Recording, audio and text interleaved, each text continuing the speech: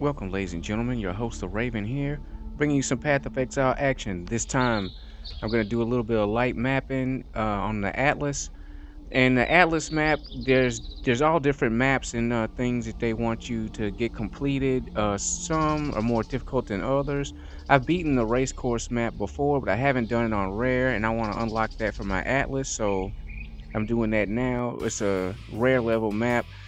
The monsters do extra critical strikes, extra damage, just a lot of nasty things. But it's okay because I'm using my new Chaos Inoculation build, and so far so good. I know it's a significant increase in power and defense since I decided to change up my build a little bit. I've also another significant change I've made is I switched my ascendancy. I was a Hierophant and now I am a Guardian.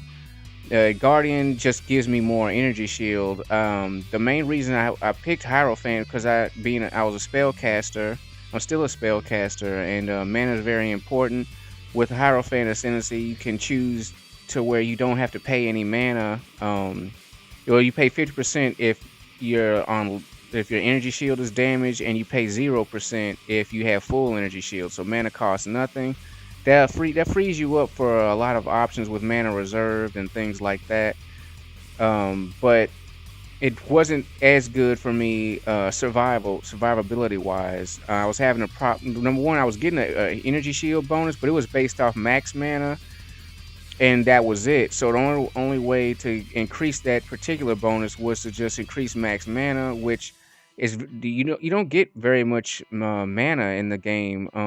You can have a character with like 40 grand life or 40 grand energy shield, but I'm not saying there isn't, but I'll say it's very rare to see somebody with 40,000 mana. Because like, why would you need 40,000? Like, skills, even with even like a 6-link skill, probably still costs underneath 100 mana, so you wouldn't need that much, so you don't get that much. And that energy shield bonus was kind of suffering because of that. Since switching to Guardian, I do get a energy shield boost on each node I pick, energy shield and armor boost. Also, I do get the mana damage, the mana shield bonus. It's based off, but it's still based off total mana. It's based off mana reserve. But it's still just a significant increase. My shield is over 11,000, whereas before I was dealing with 7,000, 7,500, 8,000. After some armor changes, things like that. But after switching to Chaos Inoculation, it's just the shield is just really increased. I worked on my offense also by just smarter links in the gem chain.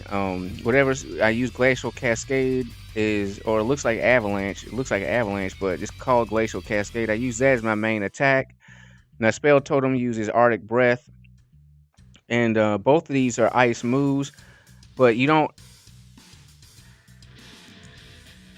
I didn't want to be trapped in the set of only having one element.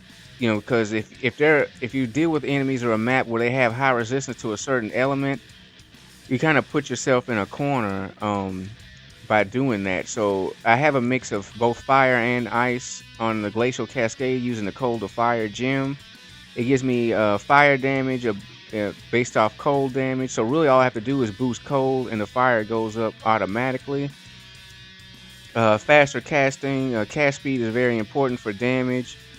And also fire penetration, because since my main skill is mostly fire based, it's just simply wiser to have, that the main attack be able to cut through the enemy defenses more effectively. So cold damage is cold. If they are immune to cold, so what? I do fire. If they're resistant to fire, I do cold. It kind of balances out. Lightning is neutral. The only lightning spell I have is Lightning Warp, which I switched from Flame Dash. Lightning Warp, but it's not for damage. If it does hit somebody, which occasionally I do land on a skeleton, or I land on a golem or a totem or something, to try to smash it real quick while I move around the map. If they do get damaged, that's fine. But if they don't, it's okay because Lightning Warp isn't an attack skill; it's just a movement skill. Which I've switched to Lightning Warp from Flame Dash. I've spent a lot of time trying to get the best movement skill for my character. So far, my favorite is the blink arrow ability, but that's for rangers, people who use bows and arrows only. I mean, it doesn't have to be ranger. You can as long as you're using a bow as a weapon, you can use the blink arrow move, which I think is great. It's instant. It leaves behind a clone that attacks, and distracts enemies and stuff. It's really cool. It does have a cooldown. All of them have a drawback. Both Blink Arrow and Flame Dash have cooldowns. Flame Dash also has limited uses. And Lightning Warp, it's fast and it has unlimited uses as long as you have the mana. But the problem is there's a slight delay before activation and its finishing cast or whatever.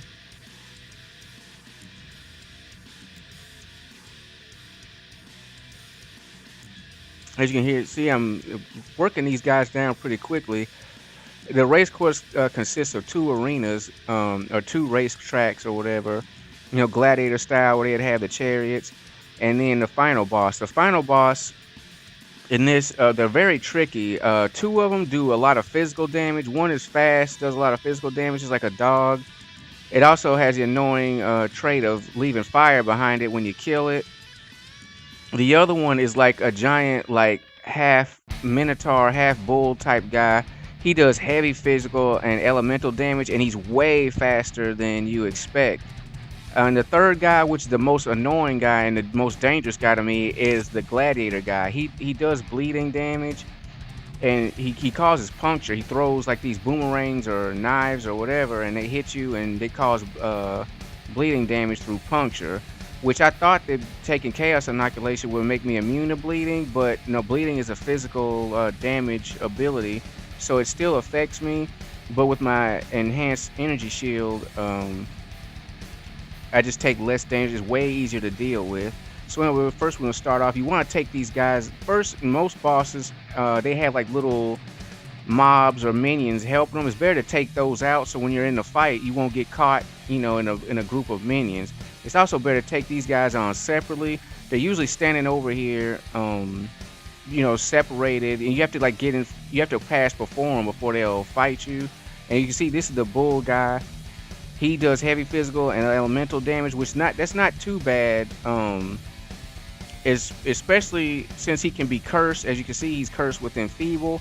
I switched my curse from constant all around aura curse to just cast to a really low cast when damage taken, and I have one that's cast when damage taken is low, and I have one that's cast when damage taken is on high. So if I'm getting petty damage or petty attacks, they just get cursed, for throwing stuff at me or shooting or whatever annoying habit or trait that they're doing. And if I'm taking heavy damage from a really powerful foe, then the more powerful curse activates. And Enfeeble is an old favorite of mine. It's just so versatile. It takes away their critical strike chance. It reduces it.